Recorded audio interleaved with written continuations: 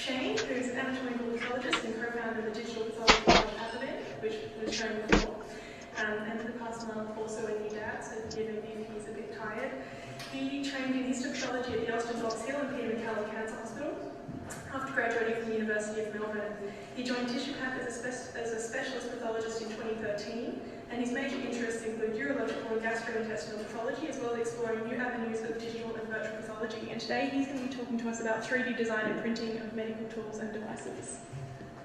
Hi, I'm Dr. Shane Batty. I'm an anatomical pathologist and I work at a lab called TissuePath in Melbourne. I'm also a co-founder of this digital pathology hub called Pathobin. And for the last year, I've been using 3D printing for rapid prototyping. One of the problems that pathologists face is that diagnosis still relies on looking at tissue on a glass slide down a microscope. And this is a real problem if you live in a part of the world without access to a pathologist, or if you're a pathologist working in an isolated or rural setting where it's difficult to get a second opinion. So I've been working on ways to digitize microscope slides at very low cost. I'll share my experience with 3D printing in the context of trying to achieve this outcome. Companies like Leica and Olympus already make whole slide scanners, but they're very expensive. You'll find only a handful of these machines in Victoria. The solution I've been working on is to utilise a pathologist's hardware that they already have, so a microscope and a smartphone. With 3D printing and an off-the-shelf computer on a chip, I can build my slide scanning prototype for about $50.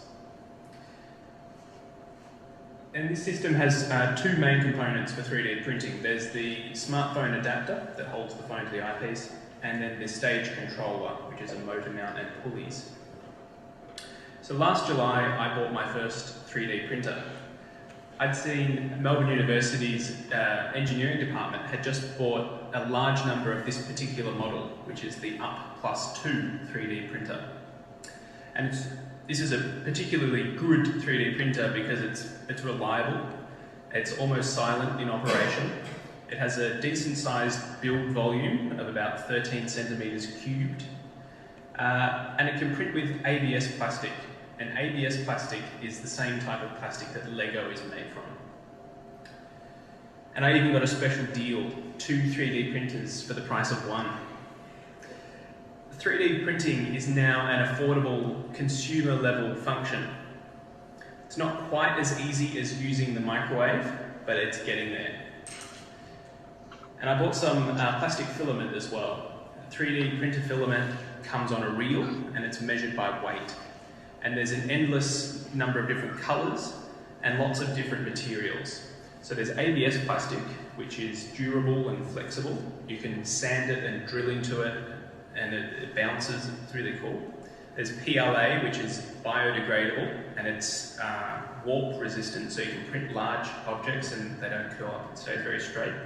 And there's even experimental sort of specialty materials like nylon and rubber and wood-like material.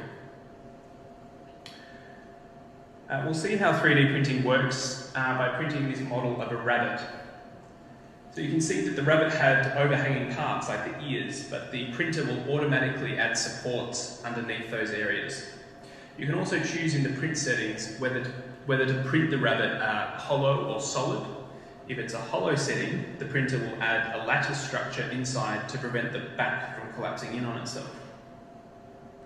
And this is actually printed on the UP mini printer, which is only about $600. For my slide scanning system, I didn't want to reinvent anything that already existed, and I knew smartphone to microscope adapters were already available. There were several models already being shared on this website, the Thingiverse. So the Thingiverse is a design community for sharing 3D files. There's over 100,000 shared 3D files of all sorts of objects, from toys and games to medical assistive devices, like this prosthetic finger.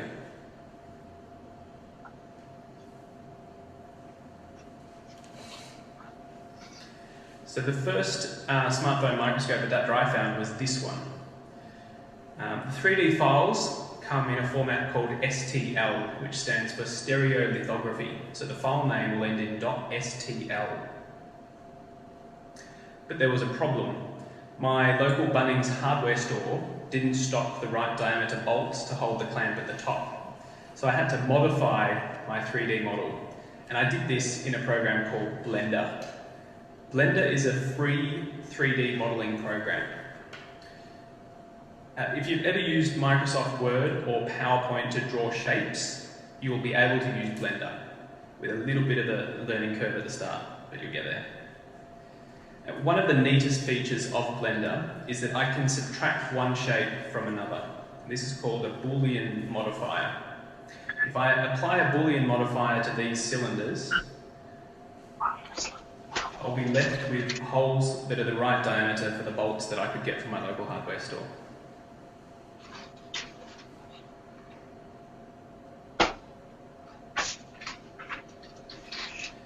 And here's the finished result.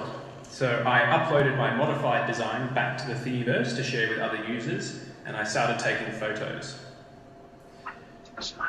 So you can see the improvement in the field size of a single image compared to my normal microscope camera. And this Leica microscope camera cost nearly $3,000. That's versus my iPhone 5. But this adapter had issues, so it was a hassle to have to attach it to the eyepiece every time and adjust the screws. So I decided to get rid of it and start from scratch. So starting with just primitive shapes in Blender, I can sculpt any shape of any object I can imagine. And so then I decided to set myself some design rules. I'd do away with all the bolts and screws, and I'd separate the part that connects to the eyepiece from the part that attaches to the phone, and I'd make sure that the whole thing could fit into one printable area on my up printer, which is this. So I could print it all in one go. And I even started selling my prototypes on eBay.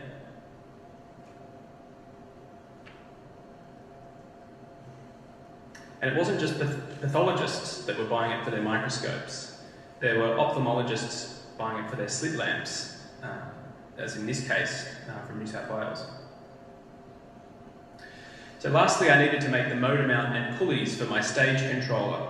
The motor mount was easily made in Blender by stretching those shapes, but for the pulleys, I went back to the Thingiverse. Another file type that you might find on the Thingiverse are open SCAD files. And so these files will end in .scad. These are particularly useful for parametric models. A parametric 3D model is one where you can enter values for different variables or parameters, and the model will change itself accordingly. These pulleys are a good example of a parametric model. So as you can see on the left, it's all text-based, and there's variables that I can change. So I'll change the number of teeth in this pulley, and I'll change the diameter of the motor shaft as well. And you can see on the right that it's changed in the render view. I can also change other variables like the length of the motor shaft, the number of captive nuts that are used, lots of things that can be adjusted.